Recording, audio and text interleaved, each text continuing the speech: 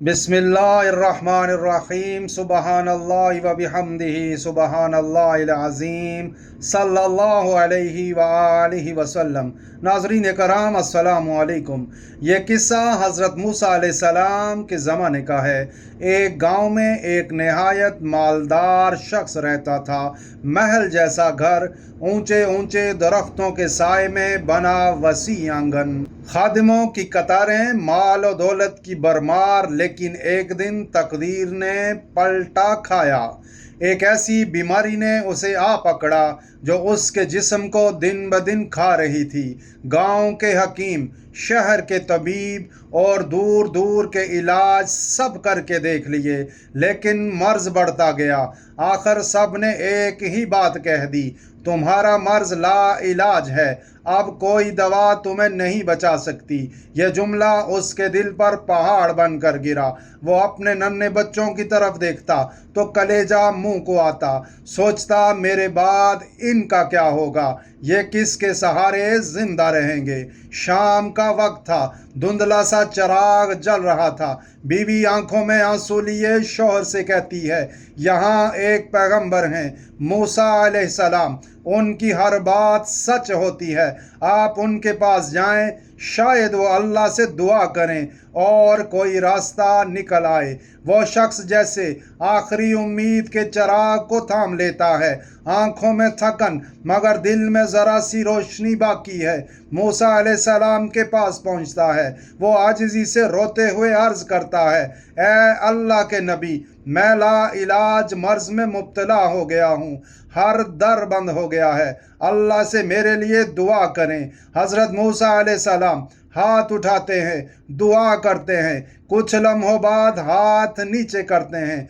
और उस पर गहरी नज़र डालकर फरमाते हैं, अल्लाह का हुक्म है, तुम्हारी बीमारी का कोई इलाज नहीं, आज रात तुम दुनिया से रुखसत हो जाओगे, सुबह का सूरज ना देख सकोगे। ये सुनकर उसका जिस्म कांप उठता है, चीखें निकलती हैं, अल्लाह के नबी झूठ नहीं बोलते, इसका मतलब है आज रात मेरा खात्मा है। वो गम से निढाल वापस जा रहा होता है। रास्ते में एक फकीर पर नजर पड़ती है। फकीर पत्तों का लिबास पहने, चेहरे पर सुकून, हंसी खुशी बैठा हुआ था। वो हैरत से पूछता है, तेरे पास कपड़े भी नहीं, फिर भी कितना मुतमईन बैठा है। फकीर मुस्कुराकर जवाब देता है, मैं अल्लाह की रज़ा में राज़ी हूँ, बस उसी का शुक्र अदा करता हूँ। वो दौलतमंद सोचता है, मैं तो वैसे भी आज मरने वाला हूँ, कम अज कम इसको ये कपड़े दे दूं। वो अपने कपड़े फकीर को दे देता है और उसके पत्ते वाले कपड़े पहन लेता है। थोड़ा आगे जाकर क्या देखता है, कब्रिस्तान में एक छोटा बच्चा एक मिट्टी की कब्र से लिपटा रो रहा है। उसके अल्फाज तलवार की तरह दिल को काटते हैं, बाबा, जब से आप गए हैं किसी ने हमारा हाल नहीं पूछा, मैं भूखा हूँ, माँ भी भूखी है, बाबा उठो। ये सुनकर उस शख्स की आंखों से आंसू बहने लगे। दिल में ख्याल आता है, कल मेरे बच्चे भी ऐसे ही मेरी कब्र से लिपट कर रो रहे होंगे। उसके पास सोने की अशरफियों की एक थैली थी। वो कांपते हाथों से थैली बच्चे को थमा देता है और उसके सर पर शफकत से हाथ फेरता है। बच्चे के चेहरे पर पहली बार एक चमकती हुई मुस्कुराहट आती है। ये मुस्कुराहट उसके दिल में उम्मीद का चिराग जला देती है। वो लम्हा भर के लिए अपनी मौत भूल जाता है। घर पहुंचकर बच्चों को देखता है, दिल भर आता है, फिर रोने लगता है। पूरी रात सजदों में गुजारता है, रब के हुजूर रो रो कर माफी मांगता है, हत्ता के सूरज निकल आता है। वो हैरान होता है, ये कैसे मुमकिन है।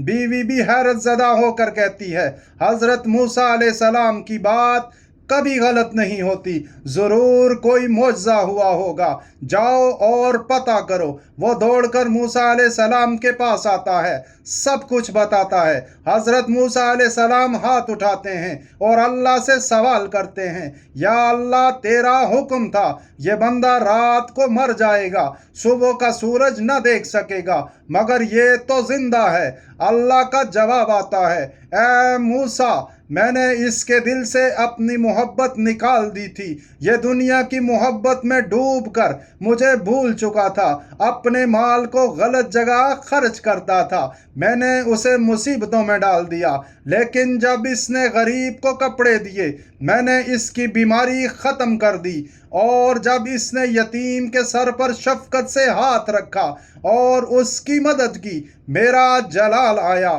اور پھر میں نے اس کے بچوں کو یتیم ہونے سے بچا لیا۔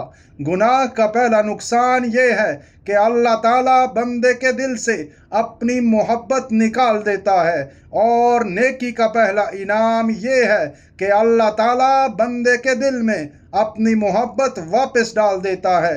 ناظرین کرام، اللہ تعالیٰ ہمارے دلوں کو ہمیشہ اپنی اور اپنے محبوب صلی اللہ علیہ وآلہ وسلم کی محبت سے بھرا رکھے، آمین یا رب العالمین۔ جزاک اللہ خیر۔